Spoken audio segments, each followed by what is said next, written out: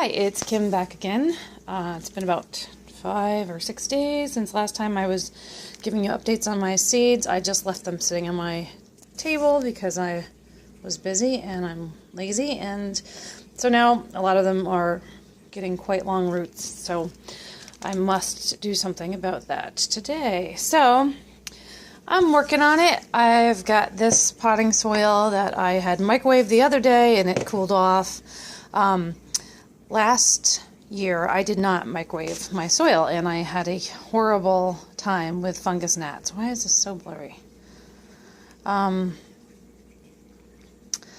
So this year I was diligent about it, and of course I already saw a couple of little gnats, so I'm not really sure if they hung out for the year in some of my other plants I have, house plants, or what the deal is, but anyway, I'll be battling them again, I know it. So what I'm doing this year, also in an attempt to avoid gnats, I was thinking, and help the top portion of my soil dry out faster, and also just make it a little bit easier for the seeds to get their roots down, is I was putting a layer of just regular potting soil, whatever I could find. You know, I would prefer something organic. I tried to buy something organic, but I think that I was just fooled by the name because it had earth in it.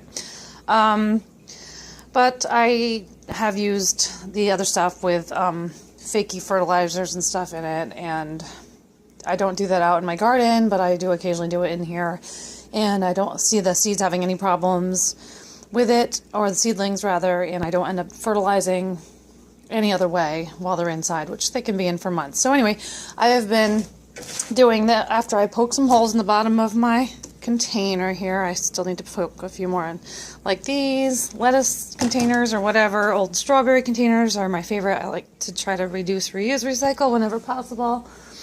So I, halfway through the year start saving all my little plastics. And then I will try to clean them out, rinse them out when I'm done, stick them in a big bin, and still recycle them. Because I'm good, yo. So this one I already put some holes in. I just take a little knife, screw a couple holes in the bottom. Don't poke your hand. And then I have been using this potting soil, and I fill it about halfway to 3/4 of the way. And I don't know if I've got enough in here now. I'll have to do another microwaving batch. So anyway, I've been putting it in here, and then I've been topping it with just a seed starting mix, just to try to keep that top layer dry so the gnats don't get crazy. So I've just got a little of this jazz here, and I put it on the top, and I'm going to pause for a second. It's hard to hold a camera and do this with one hand. So both of my mixes were pre-dampened. This one could be a little bit more moist, but I will water them in once I'm done planting my seeds. And then what I do is I have cut up vertical blinds because they're cheap and they last, and I have a grease pen. Don't use the Sharpie because it will not survive the sun for a season.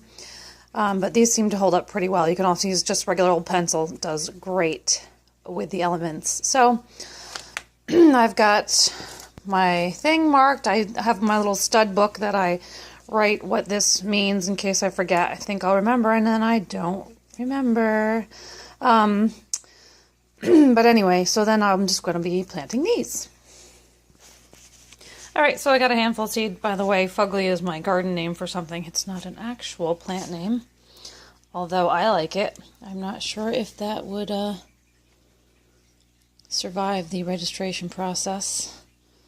It is kind of a fugly plant, but it's got some little speckles on it, and I'm hoping with this cross to get more speckles, because Mark's bouquet is very speckled. I'm not doing the best job here with my one hand. But anyway, so I try to give them like a little inch in between. Fit them all in here. I squeeze as I'm going. If I have any... Oh, it's got a root. Don't squeeze that.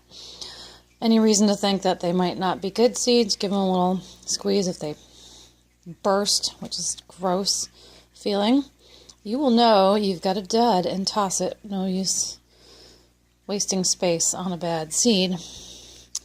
So anyway, after this I will just cover them up with a little bit of potting, rather seed starting mix again, and then water them in lightly with my sprayer from my sink. And then they're going to go over in my little greenhouse under the lights. All right, that's all those guys. I'm going to grab some mix here and cover them up. If I see big sticks in my mix, I'll pull them out. This is the worst video ever. All right, so that's that. And I'm pausing again. All right, so here I am over in my dining room, which is the plant room. And I've got a drippy tray with this new seed. I'm going to squeeze in here for now, and then try to do a better job arranging, because that's not going to get much light right there. And I'm going to put some more lights up. But anyway, things are coming up pretty well. These have been in for a week to 2 weeks, depending. I mean, this is only a week, and they're popping right up. So yeah, once they get going, they really go pretty fast. And it's funny how weirdly colored they are under these LED lights. So as far as my fungus gnat problem goes, I have a spray bottle. It says bleach. It's not bleach. It's a lie. And I put a couple tablespoons of Castile soap. Actually, mine's got a little tea tree oil in it, which I think will also give me the added benefit of killing off fungus if I happen to have it. And the rest is water. And then it kills them the second it hits them. However, if they've already gotten down and started laying eggs, oh gosh, it's like hordes of zombies coming out of the soil when you spray, when they're really getting going. It's so nasty. I'm hoping to avoid that. I just ordered some sticky traps and some beneficial nematodes too. And we will see how it goes, the battle we design. So that is pretty much it for today. I've got don't look at my messiness. I've got this fan going I stole from my kids' room, just on low and oscillating to hopefully prevent any damping off, and it makes the seedlings stronger and helps a lot. Also helps dry the top layer of soil, so stinking gnats. And then this is my little stud book, one of them anyway. So I write my crosses down, and then I write next to it like what my little code's gonna be. And yeah, that's about it. And I'll talk to you again later.